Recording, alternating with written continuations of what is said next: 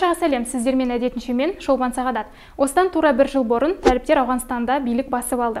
Бүгін тәліптер билігінің бірінші жылы туралы халықтың тұрмысы, кедейшілік пен әйелдердің құқығын сөз етеміз. Басталмас бұрын арнаға жазылып, қоңырауға басуларыңызды сұраймын. Қазақ тілді контентті дамытуға өз үлесіңізді қосыңыз. Кеттік.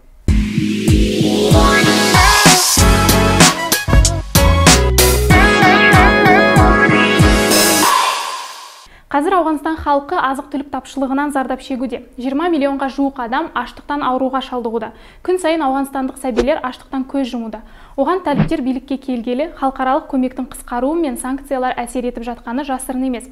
Елдің экономикалық ахуалы күйреу шегінде. Тәліптер келгелі халықтың 82% жұмыстан айырылды. Негізі елде азық-түлік бар, бірақ халықтың оны сатып алатын ақшасы жоқ. Тәліптер билігі әлі де әлемнің ешбір мемлекетімен мойындалмады. Активтері босатылмады. Экстремистік топтар мен есірткі мәселесі шешілмеді. Бүгінде Өзбекстан мен Тәжікстанның экстремистік топтары Ауғанстанға бейжай кіріп, артынан өз елдеріне барып, ағымдарына адам жинаулары, өз елдеріне шабуыл жасаулары әбден мүмкін. Бұрын Ауғанстанда оларға бұндай мүмкіндік берілмеген. Олар Сирияға баруы керек еді. Ал тәліптер келгелі рұқсат алған экстремистік топтар толып кетті. Сол себепті Өзбекстан мен Тәжікстан сынды көрші елдерге ертеңгі күні қауіп төну мүмкіндігі артып тұр. Ал тәліптер келгелі басты назарға алынған топ ол әйелдер. Әйелдерді жұмыстан шығарып, қыздарға арналған мектептерді жауып, бейбіт митинге шығуға тыйым салуда. Бүгінде тек ауруханаларда, оның ішінде перзентханаларда әйел дәрігерлер қалды. Әрине оған мәдени және дәстүрлі көзқарас әсер еткендіктен солай болып отыр. Митинг демекші 13 тамызда 40 шақты әйел Кабулдағы білім министрлігінің алдына шеруге шықты. Олар нан мен бостандық, білім біздің құқығымыз. 15 тамыз жаңбырлы күн деген жазуы бар баннер ұстады. Естеріңізге сала кетейік, 2021 жылдың 15 тамызы тәліптер ел астанасы Кабулды басып алған еді. Шерушілер әйелдердің еңбек ету, оқу және саяси өмірге қатысу құқықтарын қайтаруды талап етті. Бірақ акция 5 минуттан сәл астам уақытқа ғана созылды. Аспанға оқ атылып, қатысушыларды ұрып соғып, жиын тез таратылды. Жалпы тәліптер билік басына келгелі, әйелдер жыл бойында бірнеше мәрте митинге шыққан, бірақ әрдайым оларға күш көрсетіліп, жауып тастайтын. Бүгінгі таңда, яғни 2021 жылы тәліптер билікке келгелі 12 және 18 жас аралығындағы қыздар мектепке бармайды. Осы жылдың наурызынан бастап әйелдер мен ерлер паркте жеке қыдырады. Ал мамыр айынан барлық әйелдерге хиджаб кию міндетті деген талаптар қойылды. Тіпті әйел көшеге хиджабсыз шықса, жұбайы сотталып, түрмеге қамалуы мүмкін.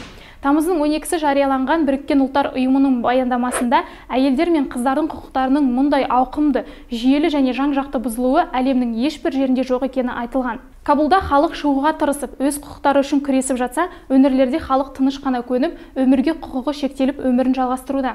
Мысалы, Кандагар, Гельмент өңірлерінде ешкімнің адами құқықтары жоқ. Жалпы Ауғанстанда соңғы 100 жылда гендерлік теңдік қандай деңгейде болғанын, қалай өрбігенін атап өту керек. 1880 жылдары Ауғанстанды билеген Эмир Абдул Рахман хан мәжбүрлі ерте некеге тыйым салып, әйелдер құқығын бекіткен. Ханның жұбайы елдің барша әйелдеріне үлгі болып, бетін толық жабатын чадра кимей, атқа мінген. Жұбайының мүддесін сотта қорғаған батыл әйел болған.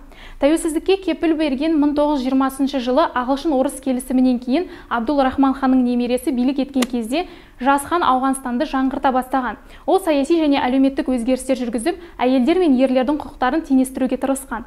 Бұл кезеңнен бастап Ауғанстан әйелдері батыс киімдерін кие бастады. 1921 жылы қыздарға арналған алғашқы мектеп ашылды. Ол жерден көптеген педагог, медицина қызметкерлері, университет профессорлары шыққан. 1928 жылы Ауғанстаннан Түркияға оқуға түсу үшін алғашқы әйелдер тобы аттанды. 60 жылдардың ортасында әйелдер паранжасыз, жұбайының еріп жүруінсіз көшеде еркін жүре алған.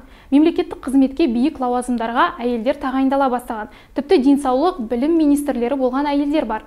Оған қоса жеке кәсіппен айналысқан ауғандық әйелдердің қатары да артқан.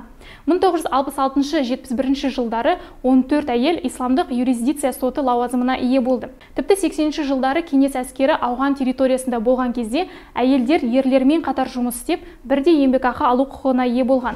Бұл жылдары елде әйелдердің сауатсыздығымен күресу бағдарламалары жұмыс жасады. Олар шетелде білім алуға да құқылы еді. Бірақ режим өзгергеннен кейін жүздеген әйел Ауғанстаннан бас кешіп, көп әскери операциялар кезінде көз жұмды. Қаншама әйел жесір атанып, психологиялық шок күйіне түсті. Бұның бәрі ондаған жылдар бойы әйел құқығы үшін жасалған сарп етілген күш пен жұмысты ысырып тастады. Гендерлік теңдікке соңғы соққы болған басты жайт тәліптердің билікке келуі. Олар шариғат заңына негізделген өз концепцияларын жүктеп, әйелдерге жұмыс істеуге тыйым салды. Қыздарға арналған мектептер жабылды, ер адамсыз көшеге шығуға болмайды, әрі ең сорақысы көшеде қатты сөйлеп, күлуге де тыйым салынды. Әйелдердің тобықтары мен білегі көрінсе, аямай ұрып соғатын болған. Жұмыстан бас тартуға мәжбүрлеген әйелдерге бастапқы кезде айына $5 төлеп отырған. Қазір оны да бермей қойды. Негізі тәліптер 2021 жылы билікке келерде ең қатты қорыққан, әрі ауыр болатынын сезгендер осы әйелдер қауымы еді. 1996-2001 жылдары тәліптер ел басқарған кездерінде әйелдерді адам құрлы көрмеген. Бүгінгі күнде бұл уайымның бос болмағанына көзіміз жетіп отыр. 21 ғасырда әйелдер құқығы шектеліп, бұндай деңгейге артқа оралғаны өкінішті. Шариғат заңына негізделген болса, әрбір жаратылыс иесі жеке құқықтарға ие, адами бостандығы бар тіршілік иесі екенін ескеру керек. Өз заңдарын алға жылжытып, мемлекетті артқа тартып отырған топ билік басында көп отыра алмас. Гендерлік теңдік мәселесі мемлекеттің дамуына не артқа шегуіне тікелей әсер ететін үлкен мәселе. Сол себепті әйел құқығы үшін күресу дұрыс. Сау феминизмнің болғаны дұрыс. Тек соңғы уақытта бұл ұғымның шынайы мазмұны мен қызметі бұрмаланып жатқан көрінеді. Бір нәрсені қайта-қайта мүжгілей берсең, маңызы кетіп қалады деген бар. Сол қағиданы ұстанайық. Талқыланған тақырып бойынша ойыңызды видео астына қалдырып кетіңіз. Қолдауларыңызға алдын ала алғыс білдіремін. Келесі кездескенше.